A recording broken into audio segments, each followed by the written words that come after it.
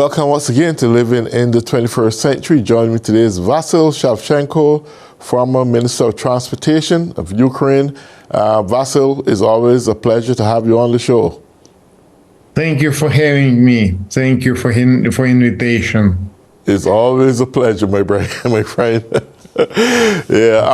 So today I want to touch base on recent things going on when it comes to the Ukraine. I'm wondering if you're still getting the continuous support that you would normally get coming from the United States. The present leadership doesn't favor giving out large funds to Ukraine. I'm not stating that there aren't, but based on what had been mentioned recently, leadership alluded to the fact that Ukraine started the war, and everyone knows that's not reality, it's fiction. Everyone saw what had happened when this war had got started in the first place. With that said, with recent invitation to the White House, I think the president invite Putin to come to the White House, and I'm speaking subject to correction here, but I know that's what I've heard via CNN, and I don't know how things look between Zelensky and the president. Do you have any idea how things are going on recently over the week with Zelensky and the president after an extension of an invitation to Putin coming to the White House? You got any ideas? I'd say that during the last couple of weeks have happened a lot of events. First of all, we can see that foreign relation United States have been really activized, and we have received a lot of challenges. And one of them was the question concerning Ukraine. And first of all, will this administration continue supplying Ukraine military aid or not? And with which conditions will it happen? And then we had the United States president from the very beginning, when he was president-elect, he promised to end this war during 24 hours. Then his promised was this war stopped during the 100 days, and then we could see many negotiations, many envoys were sent to the security conference in Munich, which has started 14th of February, and now I'd say that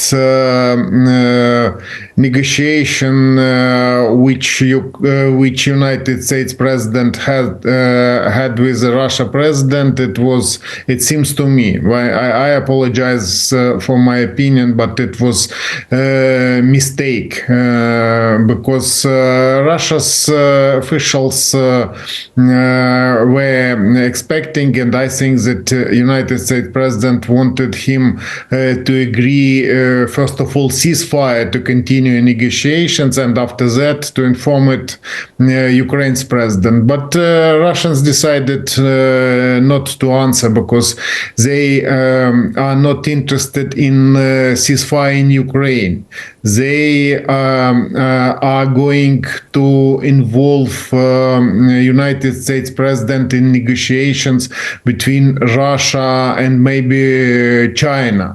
concerning sphere of influence to weaken United States president. And then we could see that, for example, I think that we have had many promises from different officials. First of all, I was surprised when Defense Minister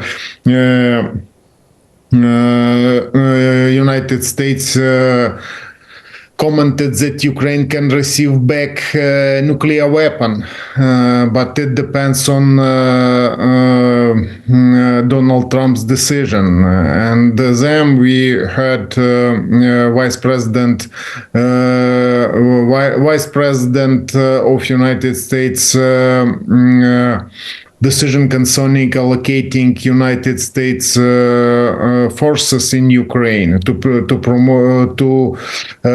provide ceasefire, and then he commented that it was wrongly understood by journalists. And now I think that we have many rumors and we have many negotiations about it and inside of it, but you must know that Russia is not ready to hold negotiations with Ukraine.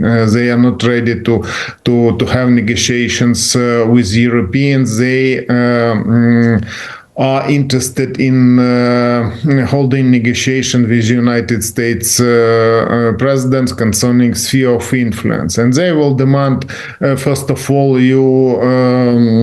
from Ukraine. We could see that the answer for United States conversation with Russia's president, which lasted 1.5 years, according to the Russia's officials' information. And just after that, the same next day in the morning, they decided to blow Ukraine's nuclear-powered electricity producing station, but it doesn't work because it's Chernobyl station, and nevertheless we could see that they targeted just to demonstrate their answer. And then every night they continue shelling Ukraine's territory by drones, ballistic missiles, and testing how much weapon we have to resist. And because of it, situation in Ukraine is not ordinary, and Ukraine's president visit Munich conference is a crucial moment, because there we have heard many speeches and answer from our European partners concerning European security cooperation. And personally, I was surprised Vice President's United States opinion that he decided to express his opinion that European Union partners are not fulfilling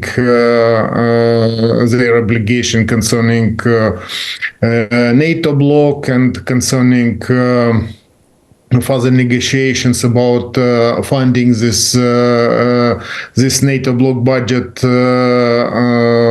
at the level of 5% from every country's GDP. And all these challenges are based at the shocking speech, and I think that it was prepared just for it, to encourage Europeans to this discussion. But in my opinion, it would be better if this negotiation were not public, because it will help Russians to to divide partners, because their main idea to split unity between United States and the European partners. And all these questions only action. I'm not sure that that it will be understandable nearest future, because I think that this negotiation will last maybe long time. I don't know how long, but I think that this idea is not easy to implement, to establish ceasefire and peace agreement and truce in Ukraine, because it's only pretext for the negotiation, for the movement, and for the threats for European partners, and maybe concerning resistance with United States. First of all, in the sphere of influence at the North Pole, and maybe in competition with China. It's my opinion. Okay, what's the position of Ukrainian soldiers in Russia right now? I know that they had advanced into Russia and getting rid of some of their military power. What the situation is like right now? To be honest, during last few days, Ukraine's forces were more successful and managed to move in the building security zone at the Russia's territory. They managed to prevent New Russia's blow and eliminated Russia's army. And according to the Ukraine's military forces headquarters, Ukraine's forces have managed to eliminate the Russia's army, about 60,000 soldiers, and 50 of them were wounded and killed, and about 20,000 Russians and Korean soldiers were killed at the battlefield. And then Ukraine's forces managed to retake territory at the main tension point of combat events close to Pokrovsk, its main city, which in which is located the biggest coal mine. And because of it, it's a crucial moment to resist, just to provide Ukraine's industry the coal. And we can see, we can confirm that Russians are trying to activize their action, trying to storm operations. But thanks to Ukraine's forces and aircraft Ukraine received from our partners, Ukraine's military and secret service military have managed to eliminate many Russia's cargo transport, including cargo transporting fuel for military vehicles, and they are unable to use it at the battlefield. And you can see that a refinery which are located close to Ukraine's border are being destroyed by Ukrainians weapons. And thanks God and thanks previous administration, Joseph Biden's administration, who managed to provide Ukraine forces military ammunition and military vehicles and round for artillery. Ukraine forces have been strengthened and now are able to resist more effectively than before. But we don't know what will happen maybe during 3 months or maybe half a year, because without decision concerning cooperation with United States, concerning cooperation with our European partners, we haven't received promises. And we can see, for example, that United States officials are moving to the point of being a mediator between Russia and Ukraine, and we count that United States will still our partners, not independent mediator, because we are at the same side, and we must understand that against us only autocracy, only these autocratic countries united their goals to have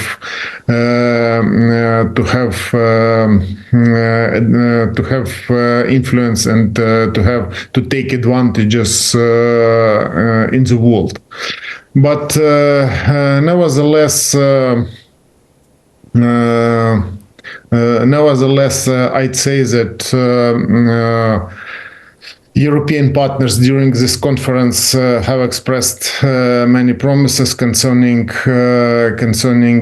supplying for Ukraine forces, and you know that it's Netherlands who supplied Ukraine last fighter jets, and thanks to these fighter jets, Ukraine forces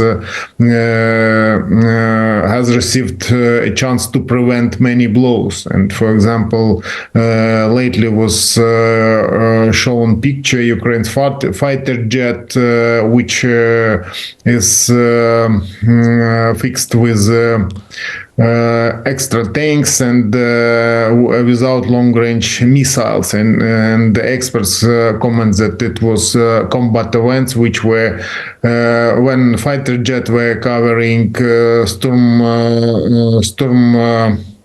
planes just to prevent using Russia's gliding bombs launching. And I think that nearest future we will see new technologies at the battlefield, because we can see that Russia is going to send to Ukraine additional soldiers from North Korea, and they are going to involved in war. Volunteers from Russia Federation in exchange of higher bonuses for signing contract, and they will try to hold pressure for Ukraine's forces. One of the things they're really concerned about now, Russia is losing a lot of their pilots, right? Yes, they're bringing in North Korean soldiers to fight on their behalf.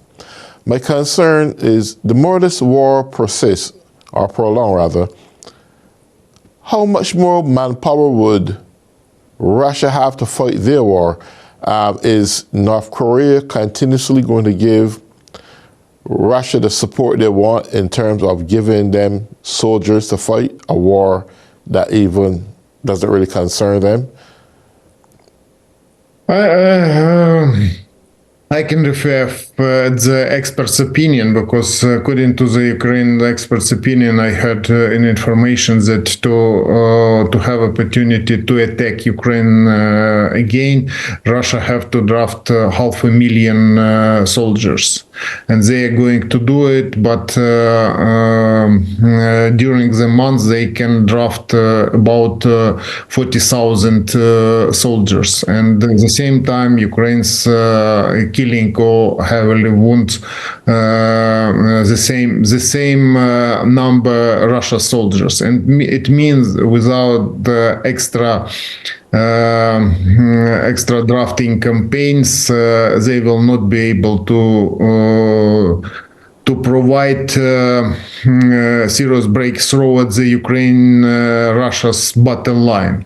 But nevertheless, we heard information from military secret service, and they commented that now Koreans are preparing to send their soldiers, and there was information about 3,000 or 4,000 soldiers, and them they can send to Ukraine about 100 or 200 soldiers to participate in this war. But nobody knows what will happen because they decided from the very beginning, they decided to withdraw their troops because 30% of personnel, their military units were eliminated or heavily wounded, and they had withdrawn it. But then maybe a few days ago we received an information that Koreans are taking place in combat events at the battlefield again. But to forecast it's quite difficult because of lack information. But nevertheless, they are here, and we can see here many different drones from Iran. They are launching at least 100 drones during a night from Iran, and infantry soldiers from Korea. And there was an information about long-range artillery from North Korea. They decided to send to Russia Federation 180 artillery 170 millimeters. It's Korean standards. Yeah, one of the things that I'm looking at, that you said that Russia is looking to recruit the next 500,000 soldiers, but in terms of air pilots they take time to get trained to fly a plane and to do the bombarding and so forth. It just don't happen overnight. Within that space, because there are a lot of aircraft that Russia would have lost already, within that ease of severe attention of planes flying over, or unless they are the drones, could Ukraine use that time frame to even capitalize or strategize best how to furthermore destroy Russia's superiority? Because it don't seem that Russia have much superiority anymore, different to the firepower. Their manpower is so destroyed is that they're now depending on North Korea for assistance. And the question is how much more North Korea could continuously send. Could Ukraine look at all these views and come up with a comprehensive plan as to how they can best bring Russia to their feet? Russia colors had showed up over the years. They're not so strong as they thought they were. I mean, there's the superpower, and Ukraine doesn't have the kind of equipment they have, and this going 3 years of the war, and Ukraine is making them see hell. So at the end of the day, Putin doesn't seem that he has too much really going for him. He only appears so. He only using verbal communication to make him look powerful, but in reality, he's far from that. And I think that Ukraine should capitalize on it. Yeah, but to be honest, I forgot to answer for your previous questions that concerning pilot, and Russia has enough pilot, but they are flying flying at the zone close to Ukraine's borders really carefully, because they are unable to lose this kind of aircraft, and they are trying to save up. And them, you know that Ukraine forces managed to eliminate aircraft at their runways close to Ukraine's border. And them to have domination and to have superiority at the battlefield, I think that I'd refer for Ukraine's president opinion. He expressed yesterday at the Munich Security Conference. He commented that it's possible, but we need more than 150 equipped and provided military ammunition F-16 fighter jets. And extra air defense systems, 25 defense systems, which would allow us to provide security for aircraft close to the battle line. And then we will be able to do it. And it will allow us to prevent it, and we will be able to save up manpower, Ukrainian soldiers' lives. And now we haven't received it, and we are in discussion. And I hope that this conference will help us to discuss maybe to deeper, because, for example, as a result of Vice President's speech, United States, I think that Europeans will be able to understand that it's that threats from Russia Federation is not only a threat for Ukraine, that it's threats for them and after Ukraine, and they are able to wage war in different places, because now we cannot say that European army are ready to defend Russia's army, which has received last combat experience. And because of it, we are in discussion with our partners concerning forming military forces of Europe, because only this way we will